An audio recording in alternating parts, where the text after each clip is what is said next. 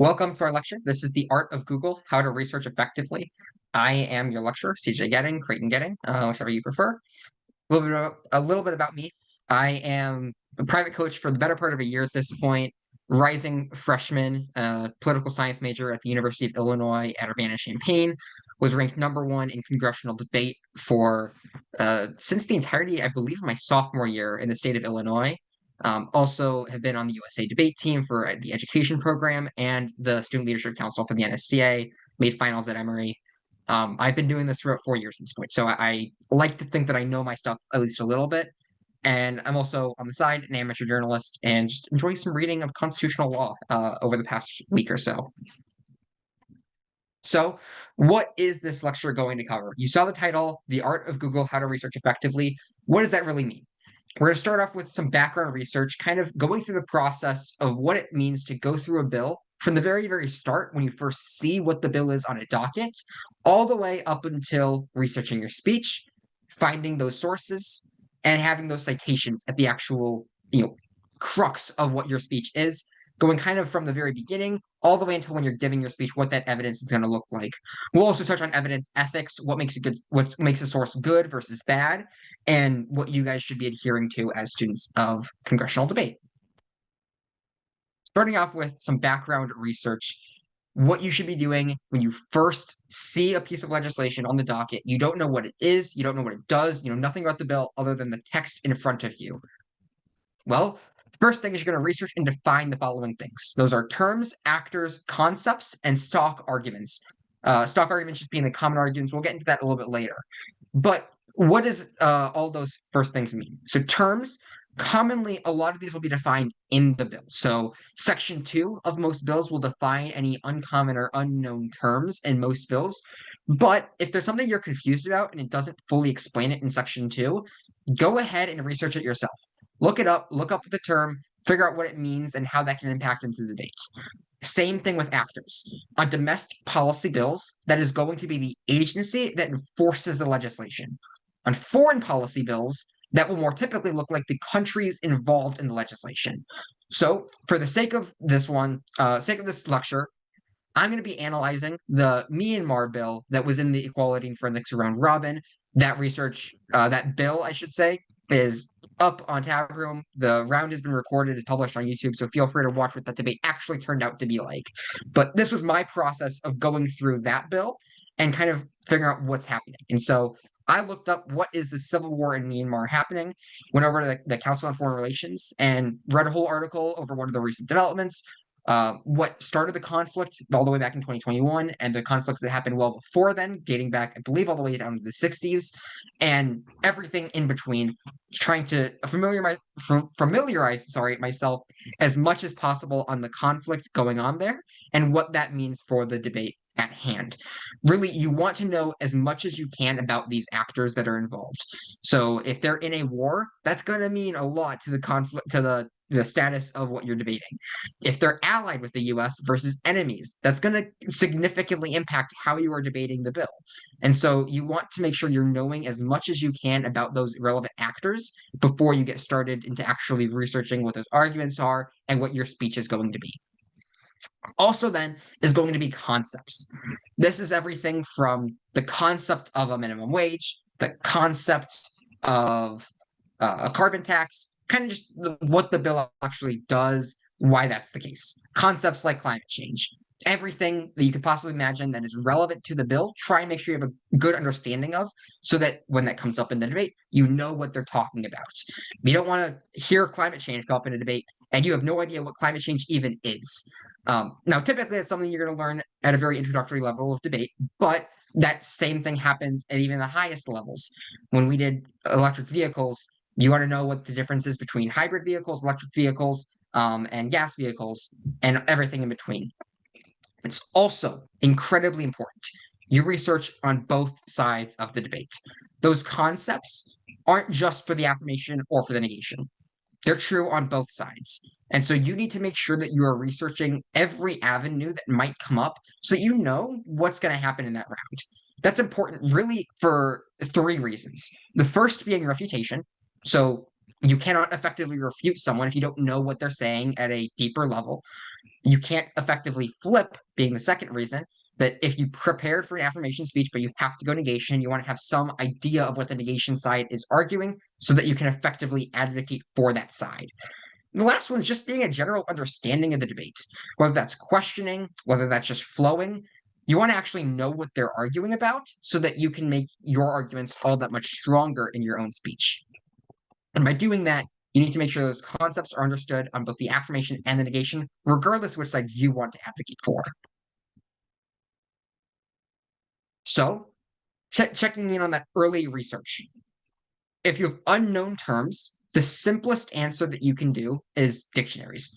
Doesn't need to be all that complicated. If there's a word that you don't know what it means, just search it up on dictionary.com or Merriam-Webster or literally any dictionary you can find, and that will work 99.9% of the time. I would not be concerned about it. However, in incredibly high level rounds, one of the beneficial things that you are able to do is check for legal definitions. If there's a past policy that has, been in effect that defines the term in code in legal law, go ahead and research what that specific term is. And that could be helpful, whether that's defined by an agency, whether that is defined by a Supreme Court ruling, whether that's defined by a previous law passed by Congress.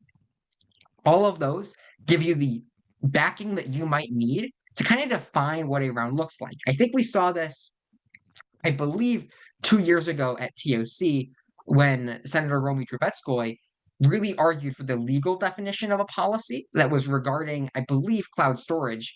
And they were able to really win that clash because people were disagreeing over the definition. And when they brought in the legal definition, it helped win it. Granted, that's not needed in 99.9% of cases, but in the 0.1% where it's helpful, especially those high level rounds, might be worth looking into. Another thing that you want to look into is those actors and countries. You're looking at those really in depth. There's really 3 questions I like to focus on, but ultimately, you want to focus on everything you possibly can that's reasonable and easy to understand. Who are they allied with? What problems are they facing? And is there corruption? So, right now, if you see a lot of the agencies in the federal government, their problem is understaffing and a lack of funding because recent budget cuts have made their jobs very difficult. And so, if you have a bill that requires a certain agency to invest money in a program, and that agency is currently underfunded and the bill doesn't provide funding, that is a problem that they are facing, and it might be relevant to the debates. Is there corruption applies both to domestic agencies and to countries internationally. So we see this quite a bit with a lot of debates on Latin America and Africa, where countries have severe levels of corruption within their governments. And so when you provide aid, there is a risk of corruption diverting that aid towards other programs that are harmful to the people. That's a very common argument that is given. And so you want to know, is there corruption in the first place? Because aid to a country like South Sudan is going to look incredibly different than aid to a country like Ukraine. And as for the problems that they are facing, that also applies to countries. Most commonly, that looks like wars, civil wars, and foreign wars. Those are the most common ones, but ultimately, it's going to come in a wide variety of forms. Who they're allied with, also, I cannot stress that enough, is incredibly important. It's a very, very simple Google search, but the amount that you can just learn from that will enlighten your perspective on the bill. You're going to have a very different perspective on with a country that is allied with China versus a country that's allied with the US and how we are supporting them. And how we do that is going to differ dramatically based on which side of the, global spectrum, I suppose, they are supporting and, diverting their funds and their political capital towards. So once you have those basic questions done, there's a whole bunch of other questions. Now, these questions should be answered within the bill for the most part. If they aren't answered within the bill, you can research them, but for the most part, just look at the text of the bill, and it shouldn't be all that complicated. For example, who enforces the bill? You could see Section 2 right here. The Department of Defense and the Department of State shall be responsible for implementing this bill. That's the answer to that question. If you read the bill, you can answer most of these questions. Who will the bill impact? Well, it's a bill to free Myanmar from tyranny. So it's going to impact the people of Myanmar, most directly. There might be some other people that are impacted as well, but that's typically the focus of the debate, is which side can best support the people of Myanmar. What does the bill do? If you read Section 1, it can say that we provide $200 million in military aid to the People's Defense Force and $200 million in humanitarian aid to the National Unity Government. Simple answer there. What is the problem the bill is trying to solve? Well, they're trying to solve the fact that there is a military coup going on in Myanmar, where the military has taken control of the country, and they are currently operating as a junta government. They solve that with military aid, or at least are trying to. And they're also trying to solve a humanitarian crisis where thousands and thousands of people are currently in urgent need of humanitarian assistance across Myanmar because of the junta government that is junta military, sorry, that is currently ravaging a lot of the aid supplies. Then, have there been similar policies that have been tried? Very simply, this bill does not outline that. So we don't know. You might have to do another layer of research. Just Google up Myanmar humanitarian aid or Myanmar military aid. Simple as that. And you'll be able to see which countries have funded different military and humanitarian aid programs. What the UN has done, they've provided many, many millions of dollars in humanitarian aid to Myanmar. Have those aid dollars been effective? That will guide a lot of the arguments within the round. And then what are the common or stock arguments? That'll be a more in-depth research question we'll answer in a bit. In a bit, being right now, round vision. Round vision is very simply trying to predict a little bit about what the debate is so that your own speech can make a bigger impact. Now, if your round vision is incorrect, you misjudged the debate, you didn't fully guess correctly what the debate was going to boil down to, then we have later lectures this year this week, about round adaptation. I believe Ryan Jamail is giving that one. Cannot recommend that one enough. If your round vision is imperfect, as no one's is, the round oftentimes goes very different to what you imagine it should go. That's how you adapt to it. But ideally, unless you're giving no matter what you're giving, you should have some vision of the round. If you're a sponsor, your goal is to set up the round, to outline the policy taking place, and really define what the round is going to look like from then on. You need round vision to define what that's going to look like. If you're in the middle of the debate, you need round vision to figure out what are the biggest arguments that I need to attack. What are the biggest arguments that I need to focus on or I need to support on my own side? And when you have that, you're able to adapt your own argument in accordance with it. If you're in the late round, round vision is the entirety of your speech. It's figuring out what has been debated in the round. And ideally, if you know what will be debated before it even is, you're that much ahead of the game when it comes to everyone else. Here's a simple example of what that might look like on your prep doc. On the affirmation and negation, you outline about 4 different arguments that you think are going to come up in the round. Not all of these will. Some of these will not come up at all, but some of them will. And the idea is you try and guesstimate them to the highest estimate possible. So on the affirmation, you might think that military aid is going to end the civil war. Humanitarian aid will end the humanitarian crisis. You might be able to stop the genocide of Rohingya Muslims because now we've ended the civil war and the junta who have propped up that genocide. And you also prevent Chinese hegemony in Burma because China is currently investing quite heavily into the junta military. On the negation, you look on what the military aid might do to escalate the conflict, how China might retaliate, only hurting the conflict even further. You might see that humanitarian aid could be stolen. If you'd answered the previous question earlier about what previous policies have been tried, you would see that many, many sources cite that the Tatmadaw or the junta have stolen millions of dollars in humanitarian aid and used them for their own purposes. That is a significant problem that aid workers are facing in Myanmar or Burma, same country for what it's worth. And what does that mean for the effectiveness of that aid? Another argument is the ethnic militias. We saw that this wasn't just the People's Defense Force that got the money. They can distribute them to different ethnic militias throughout the country. Those ethnic militias may have less accountability than the main government, And so they may be able to misuse that aid in, a lot of different purposes that are counterintuitive towards the goal of ending the conflict and ending the humanitarian crisis. Moving on then, once you kind of outlined that, your goal should be to find evidence. So imagine you have this. Most speeches, what I like to do is figure out either A, is there one of these 8 arguments that I really want to give? That I feel like I could just execute incredibly well, I could fit into the round, and I would be able to deliver effectively. And oftentimes that's the case, and that'll be more of a constructive speech. If not, the next step is figuring out, is there a 9th argument, hypothetically, that I can give that responds to these arguments in the best way possible?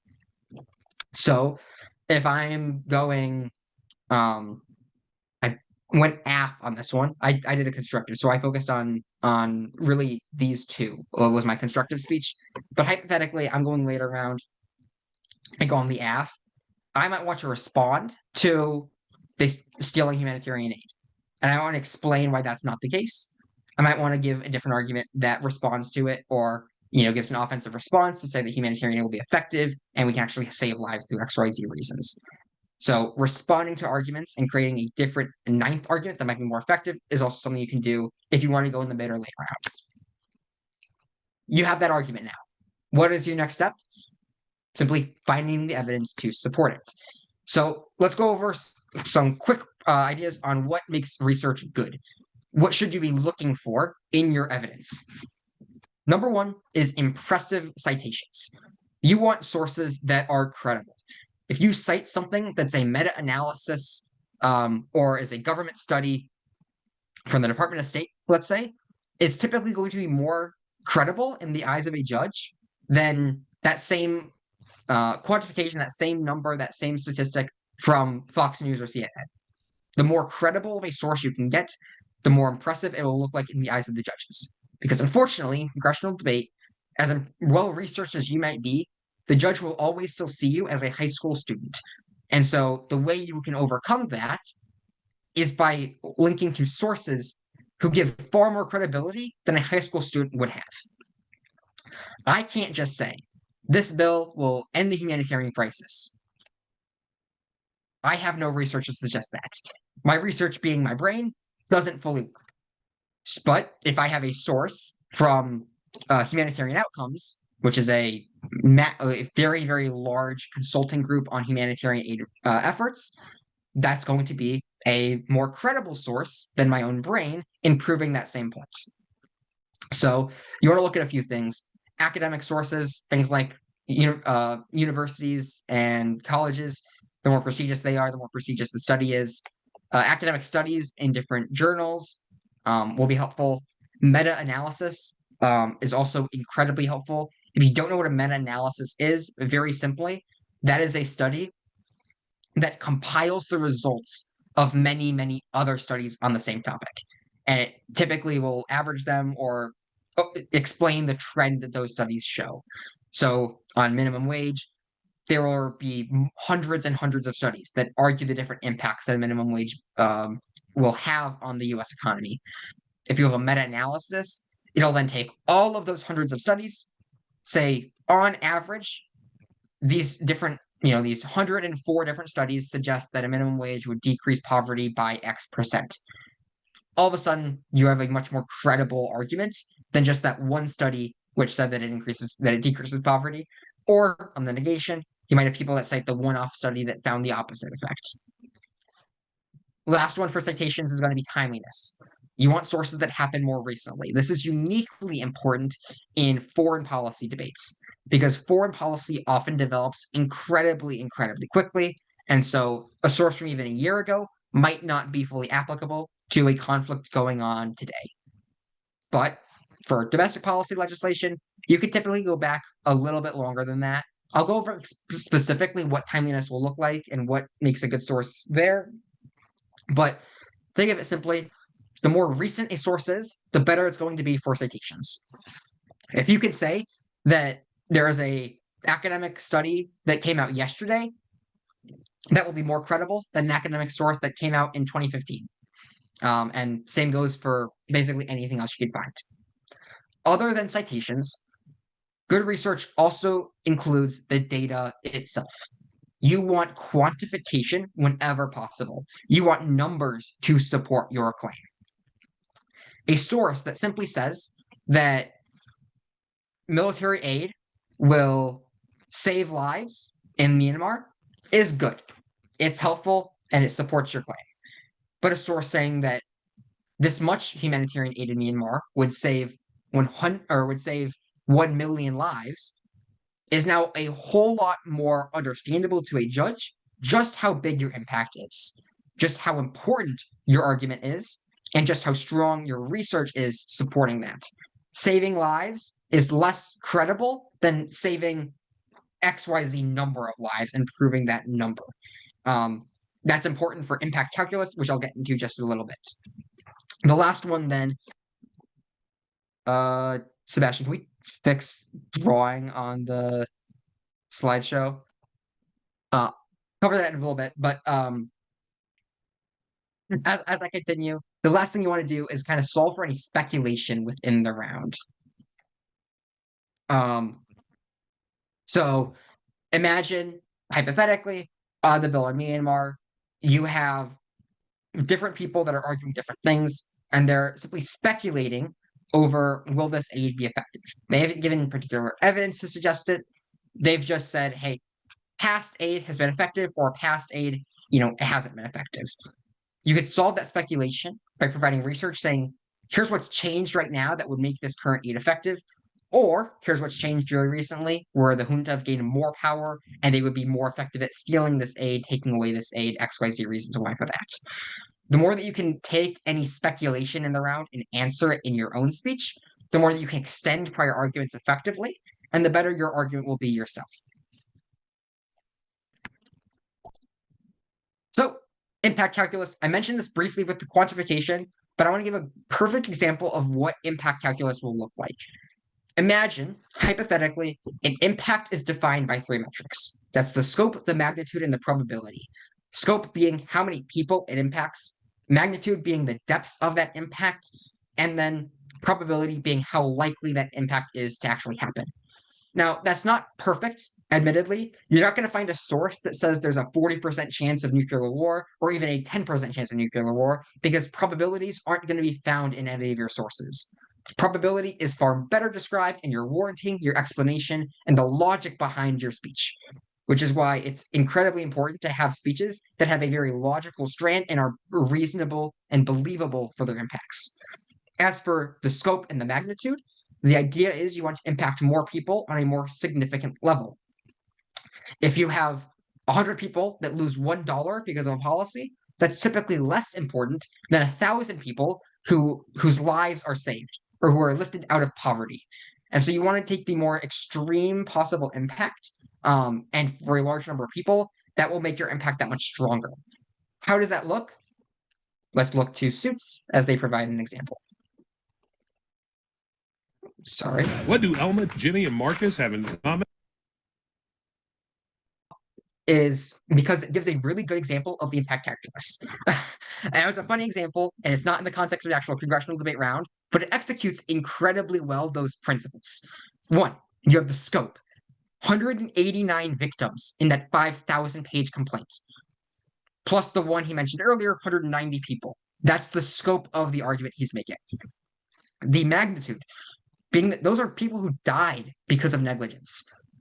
That's a significant impact. Death is always the highest level of harm that can come of a piece of legislation, and saving lives is always the highest level of help that can come from that same legislation. And so the more you can get closer to that, the stronger your impact might be, as long as you don't sacrifice, again, from probability, and that comes later. But the also incredibly important thing that he focused there was he showed the human side of things. The probability impacts that he was able to do made it so incredibly clear that the fault was on that insurance provider. This isn't like a 1% chance that the insurance provider may or may not have been involved in this. Their denial of the claim directly led to that casualty. And so the more you're able to logically connect that, the stronger the probability is going to be. And by humanizing it on such a personal and intimate level, the probability was incredibly strong throughout the entire argument that Mike Ross was making. Therefore, his impact was strong throughout. So, evidence ethics, beyond what makes, I guess, back to the citations, what makes a source strong in terms of the credibility of the citation. I like to focus it onto, a tier list, so to speak.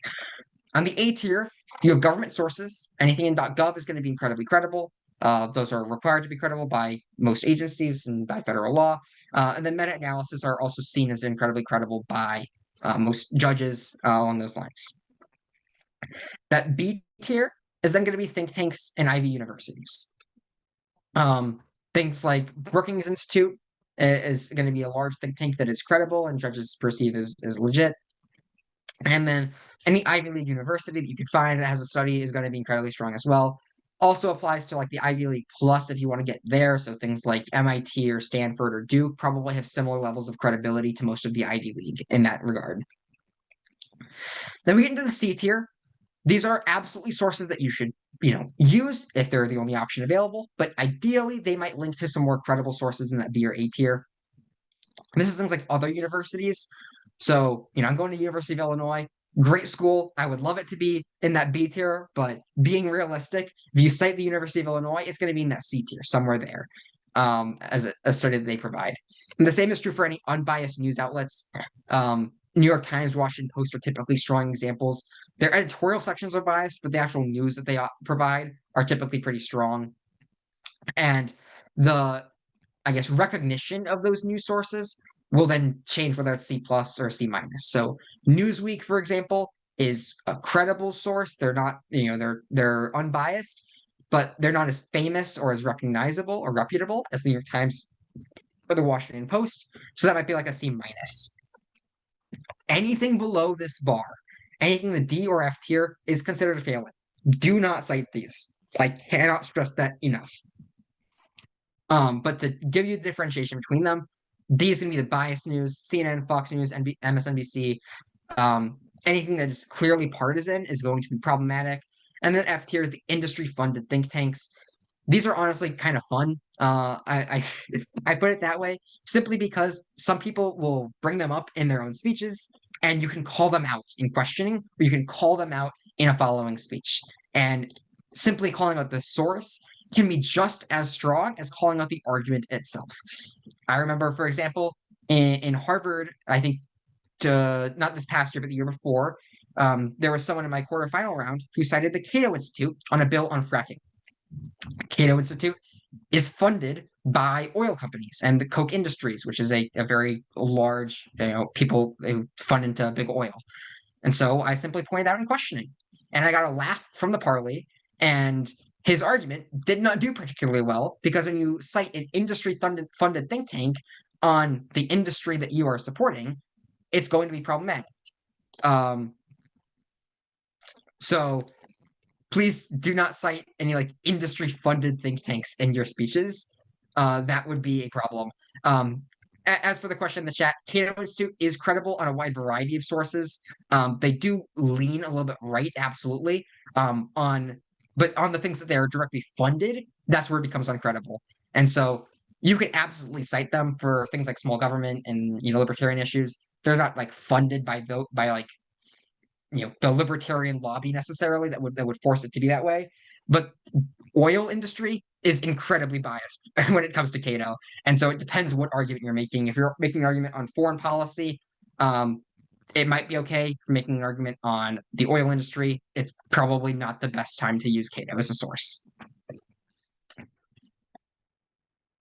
Going back to then what makes a citation timely. I like to factor it into these kind of different tiers, so to speak, or the different levels that you can fall into. So if it's more than 6 years old, so at this point, that would be anything before 2019, don't use it. It's a simple answer.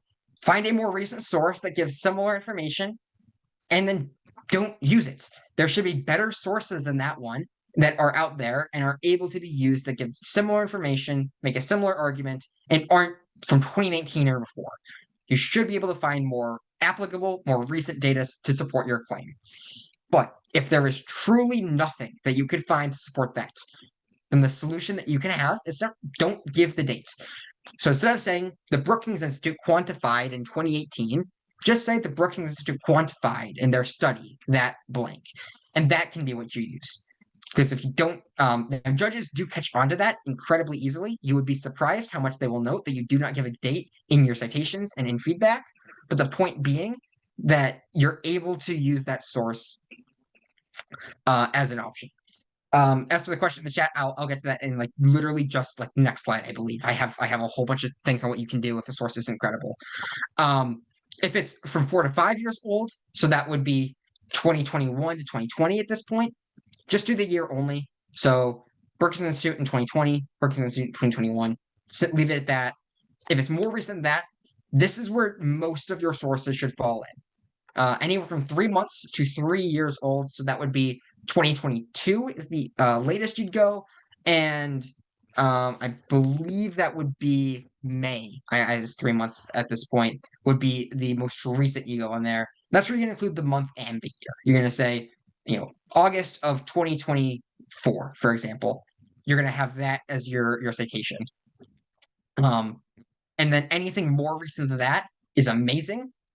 This is typically uncommon, especially because you get your legislation about a month before a tournament. And so if you're researching that when the legislation comes out, you only really have 1 month of research to make that happen. But hypothetically, should you find something that's super recent, do the year, month, and the day, and that will be incredibly important. This is uniquely powerful in foreign policy debates where there are a lot of recent developments. We see this happen with TOC, not this year, but the year prior, I believe, when we had legislation on Operation. I forget what the operation was, but it was an operation in the Red Sea against a group of rebels that were there, and I think Iran had like fired missiles literally like 2 days before the TOC actually happened, and so when that happened, a lot of people would cite legislation that was a day old or 2 days old because of that recent development and how that might change the debate, and focusing on that quite heavily. So, trying to actually find those sources, find those arguments a little bit more. There's a couple of things that you can do. New York Times and Washington Post are oftentimes going to have in-depth analyses of any type of policy that is proposed in real life. So a $15 minimum wage is something that you debate in congressional debate. It's also something you debate in real life. And so New York Times, Washington Post will have in-depth analysis on the pros and cons of those arguments, and they will be very strong in that area. Google Scholar, can I recommend that enough? Just a search engine that you can use that will only pop up academic studies. You are automatically filtering for the highest quality sources. Harvard Think Tank Search is going to do the same thing as Google Scholar. Procon.org, similar to New York Times, Washington Post. The caveat I want to give, do not cite procon.org in a speech. I've seen people do that. It does not end well. The simple answer you do instead is they will cite the sources at the bottom. Use those sources. Same thing with like Wikipedia. If you've ever been told, don't cite Wikipedia, but you can cite the sources that Wikipedia cites, are all good. Google will have literally everything you need. And then these last two are the ones that I'm going to tell you to shy away from. Everyone, I'm alerting you there's a problem. Do not ever use these. I say that through my teeth, as archive.is is a tool that you can use to bypass paywalls on a number of different newspaper sources that's strong there. And Sci-Hub is an exceptional tool that you can use to bypass paywalls for academic studies that you oftentimes have to rent or buy to have access to. So those are options that are available to you, and I'm telling you from the rooftops, please respect the author's original intentions. Don't use them, but if you use them, I'm not held liable for that. Once you arrive on a study, studies are often very long. When I say academic sources, I mean academic sources, and those are studies that are going to be hundreds of pages long, 150, 250 pages. It takes a lot of work to make that happen. And so if you run into that problem, don't read all 150 pages. It's not a good use of your time. You want to control F, the percent symbol, and the percent as a word, and that will get you to all the quantification that you are looking for. that will automatically filter a lot of the data that's irrelevant. It'll filter all of the analysis that is not as much relevant to your argument, and you'll focus specifically on what is most important. And then you're only filtering through 40 different instances of the percent symbol rather than 130 pages of the source in its entirety. But what happens if you come across a bad source? One of those D or F tiers, or even a C tier you want to improve even a little bit. Simplest answer is find a better source. There are a number of different things that you can do, and the simplest answer is go out there and find a different source that says the same information that is more credible. That's the best thing that you could possibly do. Some ways to get there is going up or down the rabbit hole. So I say going up the rabbit hole is when you typically lose credibility by finding something that is more recent. So if a source came out in 2018, for example, as an academic study, maybe there's a newspaper article in the Washington Post or New York Times that cites that study, and the newspaper article came out in 2024. All of a sudden, you've lost some credibility, but your timeliness is all that much better, and that might be worthwhile. That's uniquely true in really, really old sources. Going down the rabbit hole is the opposite. If you have a newspaper article that you found that cites the source, you can go all the way down the rabbit hole, click on the primary source link, go to that primary source. Maybe there's even a source that it cites that finds the original data, original data, original data. It'll get you older and older data, but the original source will be more and more credible. Another thing you can do is author credentials. So if the source isn't credible, but the author is, you can add the author as the source and make that one that much more credible. Another example is using multiple sources.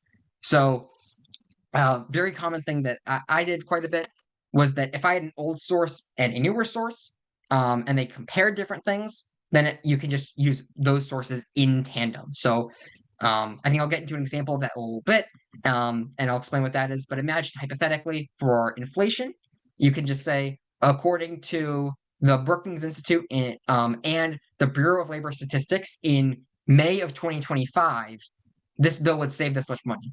And the simple answer, what that does, is the Brookings Institute card that could be really, really old. It could be from 2015 even, says this policy would save this much money. You adjust it for inflation, and you cite only the Bureau of Labor Statistics as the most recent date. So you'd say according to the Brookings Institute and the Bureau of Labor Statistics in May of 2025. The date only applies to Bureau of Labor Statistics. That's an easy way to get around things. And then recent is subjective, so you could say recent for literally anything. Judges do know this. It's not like a hidden trick. If you say recent, they will ask you when it is in the feedback, and you will be docked, but it's better than doing nothing. What does the actual citation then of that source look like? Simply, source found in date that information. Optional, you can add in those author credentials. But the most important thing I want you to take away is to paraphrase your evidence. This is something a lot of novices and beginners struggle with. Do not quote directly from your source. Don't copy paste what they said and leave it on your doc. Take what they said, think about it a little bit, and put it in your own words. I say this for a couple of reasons. Number one, because you want to be authentic to yourself. And so if you're quoting someone else's words, even if it's cited correctly, so it's not plagiarism, it doesn't sound like you. And the most important thing in Congress is to be authentic to who you are, and you can't do that by quoting someone else's evidence directly. The second thing is that studies, newspaper articles, and anything else you may found is meant to be read. Your speech is not meant to be read. It's meant to be heard. And how you phrase something that is heard and read is different, and you should phrase it differently in your speech accordingly. So please make those changes. Some examples that I found for my most recent speech would be the United Nations writes in June 25th or June 27th, 2025.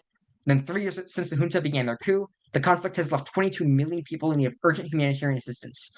You have the quantification here, 22 million people. The the magnitude is they are in need of urgent humanitarian assistance. And the timeliness it's June 27, 2025. That's very recent as a source. Credibility being United Nations, then you're probably looking like an A tier, probably looking like an A- tier for the government source. United Nations is essentially a governmental organization, in a sense. So that's a strong one. And then the second one being an April 2023 study by the Humanitarian Outcomes quantified that humanitarian assistance has already reduced starvation risk for 388,000 civilians throughout Myanmar. Again, you have the quantification, the number, the scope, the magnitude. You reduce starvation risk, and timeliness. You have the April 2023. Some other examples. Data from Penn State University and the U.S. Energy Information Administration quantifying 2022. Penn State University, this is an old source, so you hide it with a newer source right here. Is a good example. And what this did, I think Penn State University, if I remember this source correctly, this one gave the cost of new nuclear power plants, and this one gave the cost of all other power grids within the U.S. So you compare it by number, you find the data. This one, William Astor, a professor at the U.S. Air Force Academy, wrote in December 2022 that without U.S. weapons, Ukraine would be immediately overrun, lose the war in only a matter of months. Granted, I have this example from a few years back. Please do not cite something from 2022 when it comes to the Russia-Ukraine war. There's more modern sources that do that better. But the idea that I want to present here is that this source is from Newsweek. Newsweek is kind of that C- source that I mentioned earlier, but William Astor, a professor at the U.S. Air Force Academy, is about as credible as you could possibly get on what Air Force strategy might look like in the US. You all of a sudden take that C- source and turn it all the way up until what might be an A source for government sources, or at worst case is a C plus source for like other universities that's not an Ivy League. So that being said, any questions now? In a situation you have to use source that's incredible, refer to cite the author if they're an expert. Absolutely. Again, that's kind of that example of William Astor. He's the expert. Cite him instead of the Newsweek article in the sense. What if there's 100% symbol since it's a lot of data? There will often be like many percent symbols. It will always be easier to just enter through those and scroll through the percent symbols than it will be to scroll through 150 pages of research. So it's going to take a little bit of time, but if you know what you're looking for, it shouldn't be that complicated. If you're in a data table, you could usually scroll through that because you can quickly see what the data table is, and if it's not applicable to your argument, you just control enter like 50 times, and all the percent symbols are done. Would anecdotes not be effective citations for emotional appeal, or are they only mentioned in the impressive citations in the context of research? Anecdotes are incredibly effective for emotional appeal. I cannot stress that enough. Research is not ever to be done in isolation. Research is part of your speech. Your speech should work together. And so the rhetorical parts of your speech, the more emotional parts of your speech, should absolutely be there. The argumentative parts of your speech that are more academically rigorous are also cool, and you should do both of those there.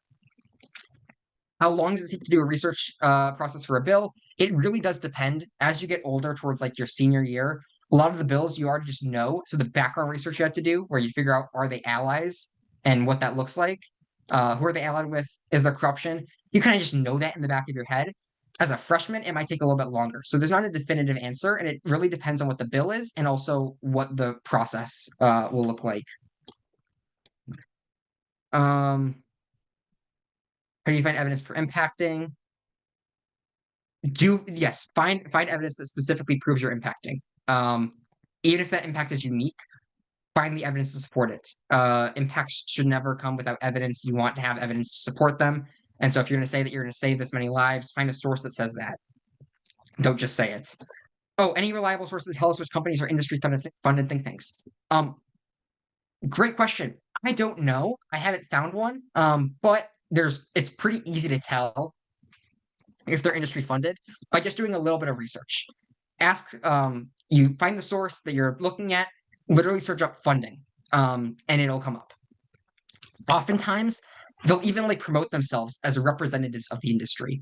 So a manufacturers association, for example, is very clearly funded by manufacturers. And so that's going to be some bias that happens there. I don't know Perplexity, actually, so I can't answer that question. Maybe it's good. I have no idea. So sorry, I cannot be of assistance. Oh, since you have to research 12 bills, how do you balance that with other school activities? Great question. Simple answer is that research should take quicker than most people realize it should be. And especially as you progress throughout your time in congressional debate, research will get increasingly easier and easier as you go on. People can research entire bills in the middle of a debate. that's not unheard of. It's definitely something that happens and can be done. So um, just figure out ways to research quicker and more effectively, and that will be the best tip for that. Uh, Green America, is that an industry funded think tank? I don't as I remember correctly, no. There's a difference between lobbying firms and industry funded think tanks. Green America is more of a lobbying organization than it is a think tank that's funded by the industry. And so that's going to be a little bit different. As for the raised hands, can I quickly, Lucas, I see you. Can you feel free to ask your question? So I was wondering, how do you personally come up with stock arguments? Because that's the biggest thing I struggle with. I I fail to like really predict what the stock arguments are going to be that people end up bringing up. The best answer on the affirmation is just think about what the bill is trying to solve, and the affirmation is going to say that you solve that problem. And there's different ways you could solve it, but that's going to be the answer. On the negation, what are the responses to that? And so on the idea of Myanmar, how do you not solve a civil war? Well, you escalate the civil war. What's the opposite of everything that you're arguing for? That's going to be the typical stock negation arguments that come up. And also, if you do a little bit of research, for example, ethnic militias misusing aid is not something that you would come up with if you just looked at the bill and did nothing else. You actually have to research what are those ethnic militias, and then you'll see, oh, they're problematic, they are corrupt, that's not a great thing to be funding them, and we can absolutely argue against those, and that's what Reese did in the round robin to an incredibly effective rate. Shifa, next question. Yeah, because I've had this come up in a case where one judge's paradigm says that they prefer direct citations and another says that they prefer paraphrased evidence. How do you go about that? I actually have never seen a judge that prefers direct citations. So that is a good question.